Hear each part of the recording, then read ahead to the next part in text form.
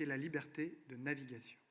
Il est hors de question de vivre dans un monde où les eaux internationales sont fermées à la navigation dans le cadre de conflits qui ne concernent pas les pays qui ont besoin que cette circulation puisse avoir lieu.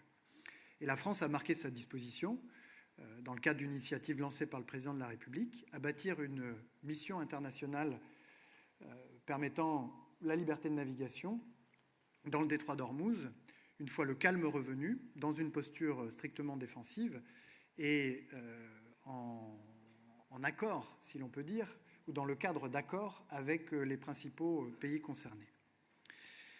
S'agissant du Liban, vous m'avez interrogé sur la dissociation des deux théâtres, et ma réponse, elle est simple, c'est que jamais le Liban n'aurait dû être entraîné dans cette guerre qu'il n'a pas choisie.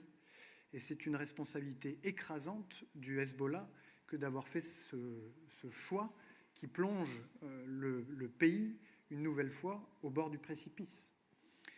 Je crois qu'il n'y a pas de nécessité à ce que les deux théâtres soient associés, mais qu'au contraire, il faut redoubler nos efforts pour, d'une part, faire cesser les hostilités au Liban, faciliter un dialogue de haut niveau qui serait historique entre les autorités libanaises et les autorités israéliennes, qui leur permettrait de s'accorder sur le processus de désarmement du Hezbollah qui doit rendre ses armes, et de cheminer vers un règlement du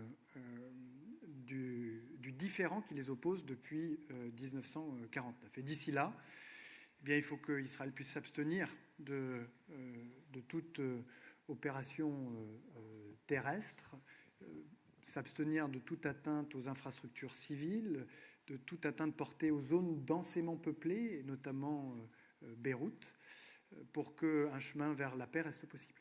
Je salue une nouvelle fois, comme je l'ai fait hier, je crois, les décisions courageuses qui ont été prises par le gouvernement libanais.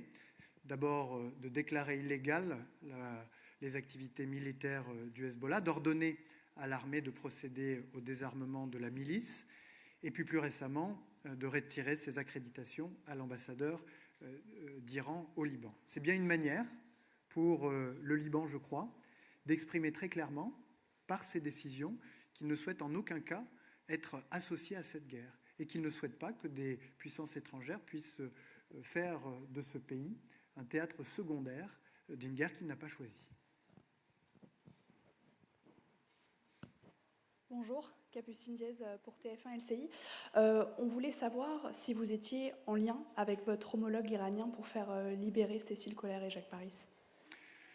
Non seulement je suis en lien avec lui, le président est en lien avec son homologue. Il lui a, il y a quelques jours seulement, exprimé une nouvelle fois notre exigence absolue de libération définitive et de retour en France de nos deux compatriotes, Cécile Kohler et Jacques Paris, qui sont à cette heure à l'ambassade de France en sécurité avec les agents diplomatiques et consulaires qui les entourent, et dont je veux saluer une nouvelle fois le courage et le dévouement. Bonjour Monsieur le Ministre, Naoufel El-Kaofi pour BFM TV. Vous êtes entretenu longuement avec votre homologue américain. Qu'est-ce que vous êtes dit? Comment vous l'avez senti? Est-ce qu'il était en confiance? Est-ce qu'il a réussi à vous convaincre de vous investir davantage dans la réouverture du détroit d'Ormuz? Et une deuxième question sur la position de la France. Est-ce que la France souhaite être un médiateur entre l'Iran et les États-Unis?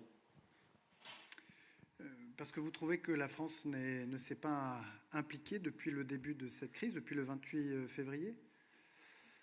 Je puis attester devant vous de la mobilisation exceptionnelle du ministère de l'Europe et des Affaires étrangères, de son centre de crise et de ses soutiens, des 15 postes diplomatiques et consulaires des pays concernés, depuis le début de cette crise, pour apporter des réponses à nos compatriotes.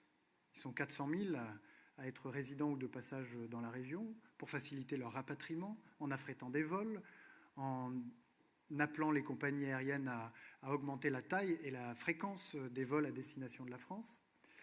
Je veux parler aussi de la mobilisation de nos armées, qui ont déployé en Méditerranée orientale des moyens considérables en vue d'apporter les éléments de sécurisation nécessaires pour nos ressortissants, mais aussi pour les pays qui sont nos partenaires dans la région du Golfe, mais aussi en Méditerranée, Chypre et d'autres. Et puis sur le plan diplomatique, ne croyez pas qu'une réunion du G7, ça s'improvise, ça se prépare. Et les équipes du ministère des Affaires étrangères ont préparé très activement cette rencontre avec les pays du G7, avec l'Arabie Saoudite, l'Inde, le Brésil, la Corée du Sud, pour qu'elle puisse être utile, qu'elle puisse de partage, d'analyse, de diagnostic, mais aussi de décision et de déclaration, avec cette déclaration que je viens de vous présenter. Donc, le secrétaire d'État Marco Rubio, avec lequel je me suis entretenu plusieurs fois depuis le début de la crise, sait parfaitement le niveau de mobilisation de la France. Et comme les autres participants à